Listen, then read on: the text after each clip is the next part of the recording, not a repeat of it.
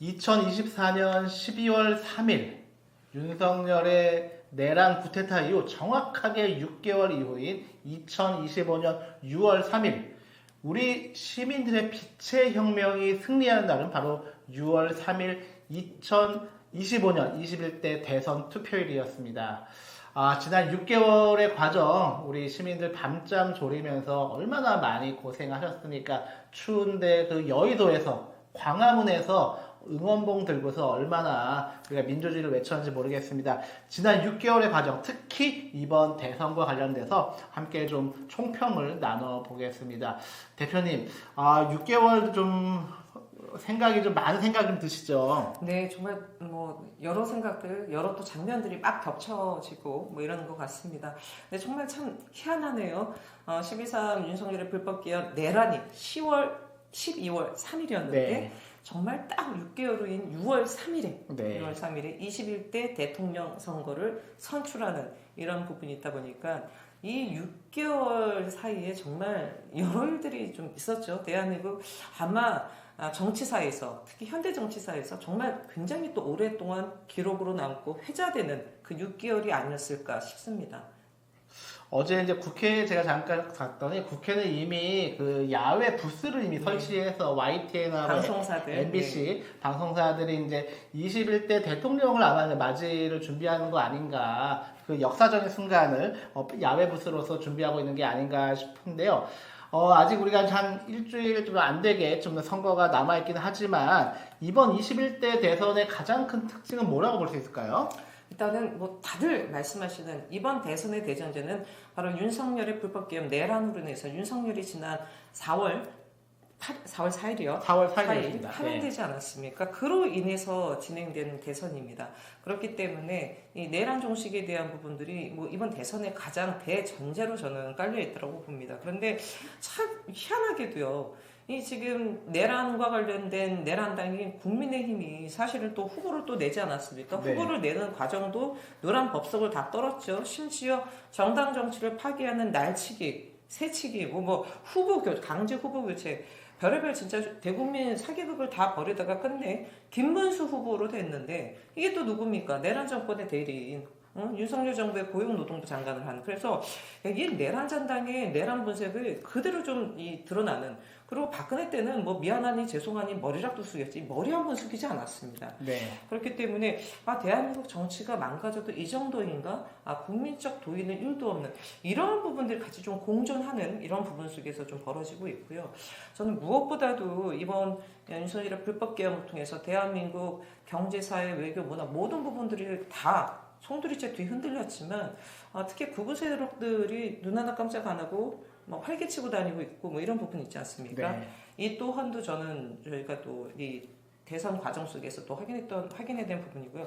한 가지 더 말씀드리면 윤석열의 불법 계엄이 있고 난 후에 제가 보기에는 앞서도 국민의힘의 정당 쿠데타도 있었지만 그 중간에 굉장히 중요한 사건들이 있었죠. 지기현 판사가 내란 속에 윤석열을 탈옥시켜주는 이런 일이 있었고 또 5월 1일 조희대 대법원장을 비롯한 대법관들이 사실상 사법 쿠데타를 벌인 부분들이 있습니다. 네. 이게 다 연관되는 부분이에요. 고비고비마다 지금 여기까지 오게 된 주요한 부분이었는데요. 우리 사회 전반에 대한 부분들을 다시 한번 점검하고 되짚어 봐야 된다. 특히 대한민국 기득권 사회 곳곳에 따리를 틀고 있는 내란 세력들, 내란 카르텔들이 있습니다. 저는 6월 3일 대선 이후에 새로운 정부, 새로운 대통령이 해야 될 일이 굉장히 많습니다. 정말 많아요. 지금 무너진 거 다시 재건하려면 한두 가지 일이 아닐 테지만 이런 부분들을 꼭 봐야 되고 정말 중요한 부분은 저는 이번에 빛의 혁명 아니겠습니까? 네. 내란 당일날, 불법 개헌 벌인 당일날 이거를 막아선 것도 시민이었습니다. 물론 제복 입은 시민들도 함께 했었고요. 시민이었고요. 윤석열 국회에서 탄핵안 발의도 시민들이 힘을 있었고 또 헌재의 윤석열 파면에 있어서도 차가운 아스팔트를 떠나지 않았던 시민들이 있었기 때문에 가능했습니다. 정말 대한민국 시민들의 위대한 힘을 한 번 더 확인했는데요. 대선 이후에 이런 시민들의 힘이 유실되지 않는 그런 정부가 됐으면 하는 바람입니다. 네. 저는 그 개인적으로 이제 대선 이전에 좀 책을 한 권 출간하지 않았습니까? 책의 제목이 혐오 정치의 종말 이재명 시대의 탄생이었어요.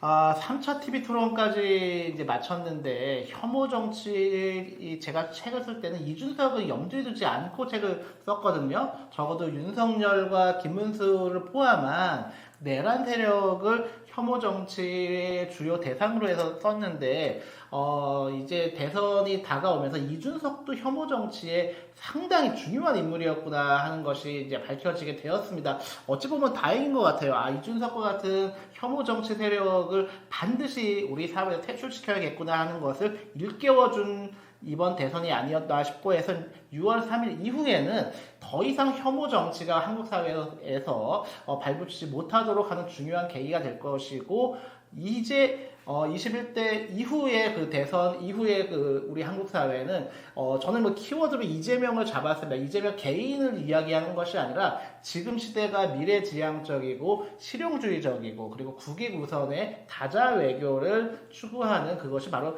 이재명 시대다라고 해서 좀 책까지도 그렇게 냈었는데 제가 공교롭게 그 책의 제목이 지금의 이번 대선의 성격과 그대로 맞지 않았나 좀 생각이 좀 들어봤습니다.